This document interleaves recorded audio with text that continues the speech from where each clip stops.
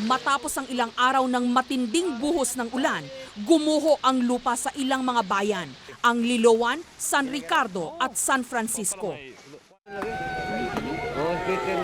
Sa pinakahuling bilang, 200 katao ang namatay. Para sa kanilang mga naiwan, paano na lang ang Pasko? Sakit! Masakit! Hindi namin matanggap yun. Hindi namin matanggap. Talaga hindi namin matanggap. Hindi namin matanggap.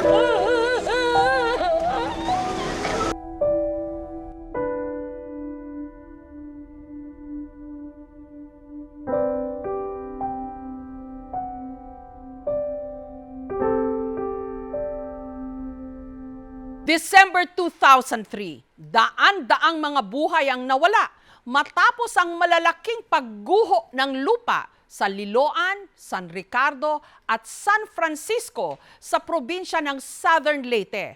Mahigit 2 dekada na ang lumipas, nananatili pa rin ang problema. Ako si Jessica Soho. Ako po si Jessica Soho. Ako po si Jessica Soho. This is Jessica Soho reporting.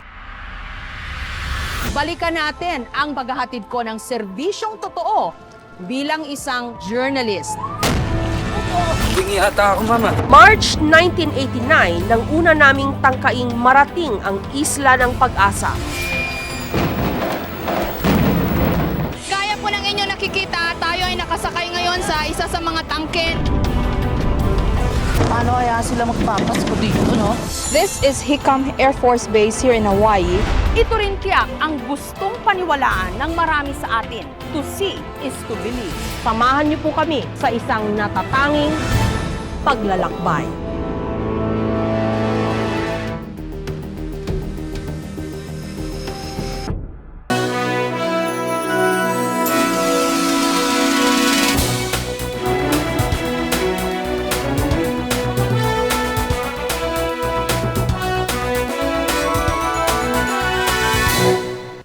Hindi maligaya ang Pasko dito sa Southern Leyte kung saan patuloy na tumataas ang bilang ng mga nasawi sa grabing landslide na naganap Sabado ng hapon at gabi.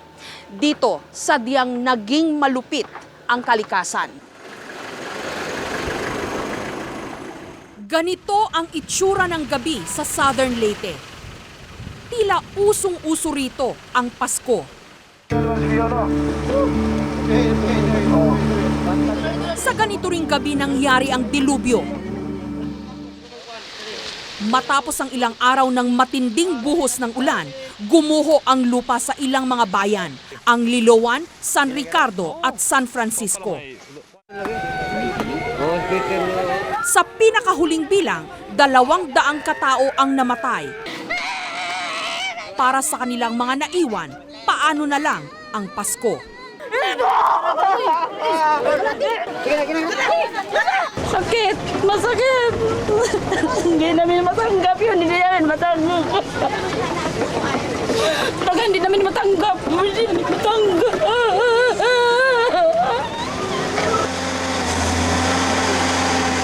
Patuloy ang paghahanap sa mga nawawala.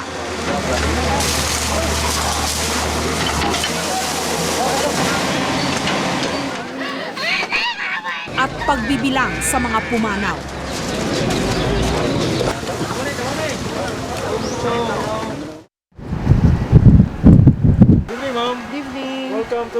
Linggo ng gabi nung kami dumating ng pier ng Ilongos sa Southern Leyte.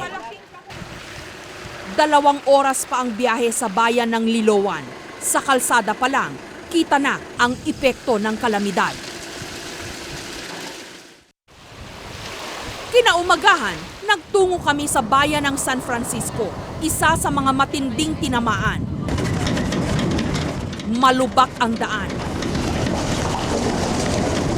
Dahil sa baha at landslide, nasira ang mga tulay.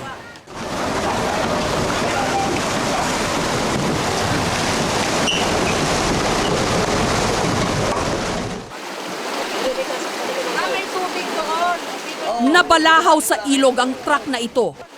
Sakay pa naman ito ang mga sugatan na kailangang dalhin sa ospital. Saan ho yung sugat nyo? nakano kami na parang na ano kami sa lupa. Tapos yung malakas na tubig yung umano sa amin, tangay kami ng tagos. Natangay ho kayo ng tubig. Oo. Mabuti na lang at sa mga krisis na ganito, hindi nauubos ang mga gustong tumulong at magbayanihan.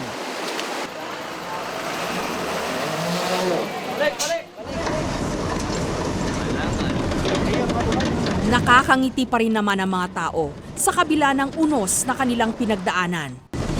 Paano kaya sila magpapasko dito, no?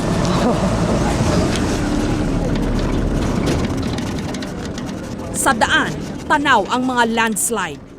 Matapos ang isang oras na biyahe, dumating kami sa auditorium ng San Francisco. Karaniwan itong dausan ng mga paligsahan at masasayang mga okasyon. Subalit postpone muna ang mga Christmas party dahil ngayon ginawa itong isang punerarya.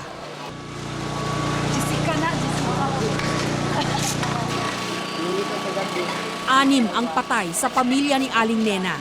Ang aong bana naggalingaw nagsinggit nga retira na mo kay naanay kuan signal ang kanang naayang ang tubig nga nagdagang gikan sa bukid lapok na. Nya wa man sila maminaw. Ilan basta itong mga magulang. Sina Boy nitong mga at bata, Samuel hindi pa naman, nakita. pinaghahanap ang mga kaibigan nilang nawawala. Ano pong naiisip nyo ngayon dito sa nangyari? Nabibidla kami. So, ngayon pa ito nangyari. Nang ganito. Mahirap po siguro dahil kakilala nyo itong mga bata. Aba, siyempre parang nasya kami lahat dito. Ang aling ito, umiiyak na lumapit sa amin. Yung anak ng mga bayaw ko, dalawa pa. Kasi nandoon pa, hindi pa nakuha yung iba. At saka yung asawa niya, at saka yung dalawa nga sila, mag-asawa, nandoon pa. Ngayon nyo lang ho nalaman na patay na ho sila. Ano pa, yung isang araw pa kasi may nagsabi naman sa amin doon na binuhusan sila ng lupa.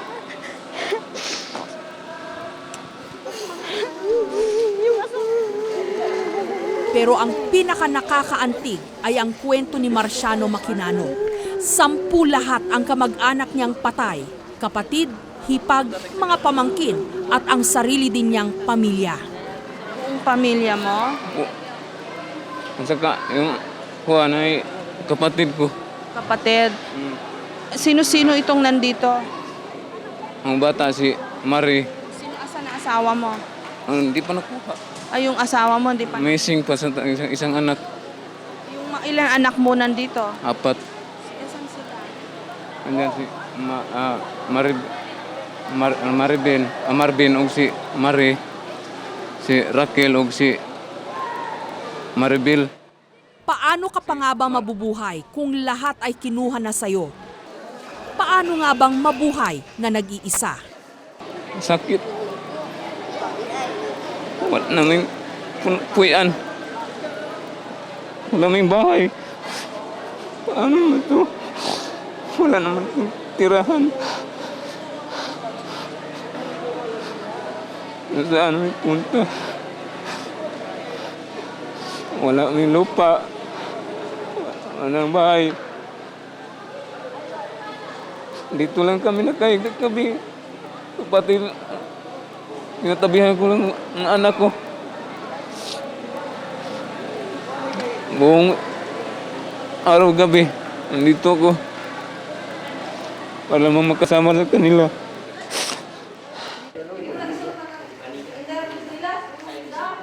Si Aling Teresita, gusto na rin daw niyang mabaon sa hukay, kasama ng kanyang anak na itinuring niyang kaisa-isang pag-asa sa buhay. Tanging niyang naisalba ang ID ng kanyang anak na si Irene. Kung gusto siya matanggap na namatay, kung gusto ko nang kasama, sumama sa kanila ngayon. Ang batang ito, hindi maiiyak ang labis na kalungkutan at pangungulila. Mag-isa na rin niyang ipinagdadalamhati ang trahedya ng kanyang buhay. Barangay Punta ang tawag dito. Dati sigurong maganda itong lugar dahil nasa tabi lang ng dagat at nasa paanan din ng bundok. Pero sa isang iglap, nabura ang halos buong barangay. 100 katao ang namatay paano na lang ang kanilang Pasko? Kami po, dire. Ang agos ko na naman sa...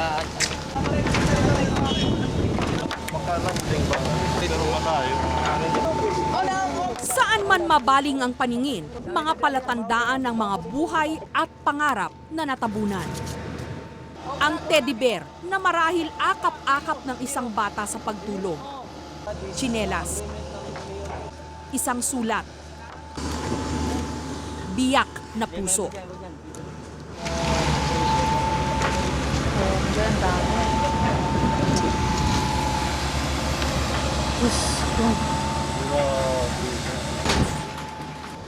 Sa di kalayuan, ang paghahanap at pagtatambak sa mga buhay na nasayang.